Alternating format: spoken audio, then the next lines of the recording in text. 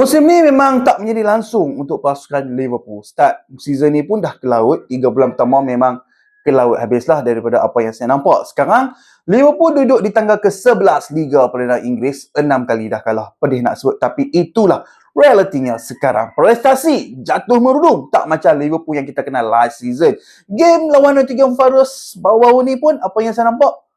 Teruklah apa yang saya nampak. Jadi timbullah soalan yang fan-fan Liverpool duk tanya, Arne Slot ni kena pecat ke? Setakat ni info yang saya baca daripada sumber yang boleh dipercayai mengatakan bahawa pemilik Liverpool tidak ada bincang apa-apa untuk pecat Arne Slot dalam tempoh masa terdekat. Bukan hari ni, bukan minggu depan. Mereka pun tak mencari pengurus baru untuk menggantikan Arne Slot. So, buat masa ni, kerusi panas Arne Slot masih lagi steady tanpa disentuh. Tapi jangan salah faham, pihak kelab memang tak puas hati dengan prestasi sekarang. Mereka nak keputusan yang lebih baik, prestasi yang lebih tajam. Ini bukan masalah Arne Slot seorang. Fan-fan Liverpool jangan hentam Arne Slot seorang. Pemain pun kena pikul tanggungjawab.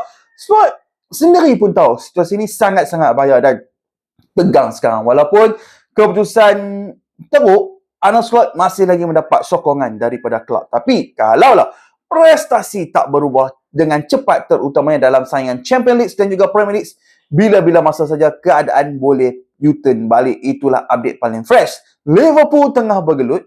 Arne Slot masih lagi selamat. Tapi tekanan semakin kuat di Anfield. So, guys, hampa bagi tahulah pendapat masing-masing. Terutamanya kepada peminat-peminat Liverpool. Dari prestasi Liverpool yang menudum sampailah isu semasa mengenai masa depan Arne Slot. Apa hampa rasa? Dan kalaulah ikut pandangan aku, lebih baik kekalkan Arne Slot dulu. Last season, dia dah bawa Liverpool julang kejuaraan Premier League. So, di season bagi dia ruang, bagi dia masa, sistem dia tengah dibentuk. Pemain baru pun nak kena adapt dengan tactics yang dibawa oleh Arne Slot. Tactics baru bukan boleh jadi magic dalam tempoh masa 3 bulan.